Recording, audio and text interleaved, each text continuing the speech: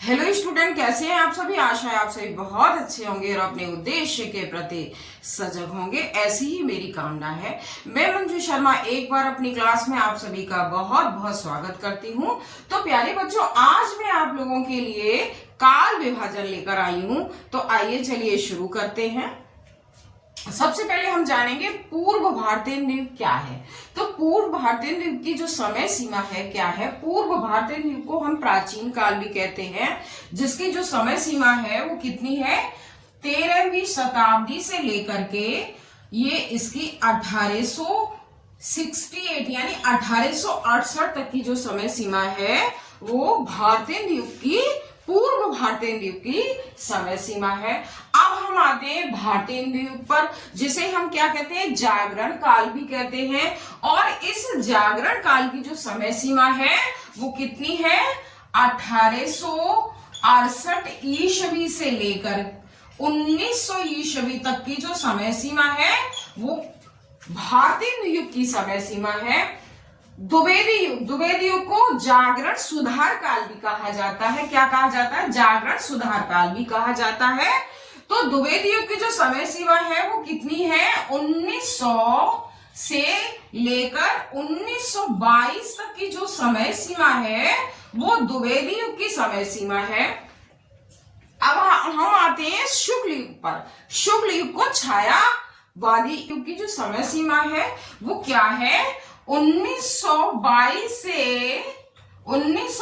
से लेकर 1938 तक की जो समय सीमा है वो किसकी समय सीमा है, छायावादी युग की समय सीमा है। अब हम आते हैं शुक्लोत्तर युग पर। शुक्लोत्तर युग को छायावादोत्तर युग भी कहा जाता है।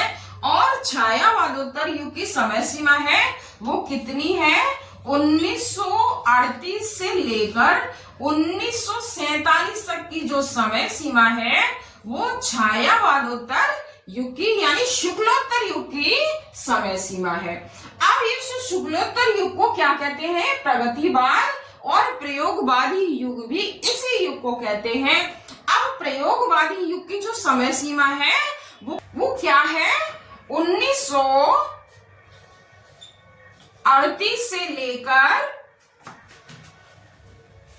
कितनी है, से 1900 जो 60 तक की समय सीमा है वो कितनी है, किसकी समय सीमा है, प्रगतिवादी और प्रयोगवादी युग की समय सीमा है। अब हम आते हैं स्वातंत्रोत्तर युग पर। स्वातंत्रोत्तर युग की जो 1947 से लेकर के अब तक की जो समय सीमा है वो स्वातंत्रोत्तर युग की समय सीमा है। अब हम आते हैं नई कविता का जो युग है।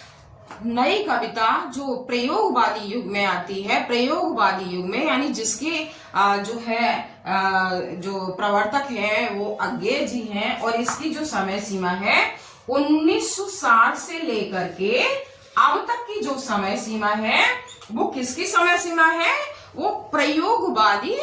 इसे याद करने की जो ट्रिक है बहुत आसान है। देखिए यहाँ 68 है तो यहाँ पर भी 68 है, यहाँ 2200 है, यहाँ 1900 है, 1922 है तो यहाँ 1922 है, यहाँ अब देखिए 38 है तो यहाँ 38 है, यहाँ 47 है। तो अब देखिए अब ये जो है 1938 से 1960 तक की जो समय सीमा है वो प्रयोगवादी युग की समय सीमा है।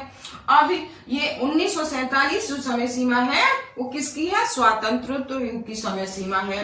तो इस तरह से बहुत कम समय में आसानी से आप याद कर सकते हैं। और मेरा वीडियो अगर पसंद आया हो तो लाइक कीजिए, सब्सक्राइब कीजिए, शेयर कीजिए। धन्यवाद।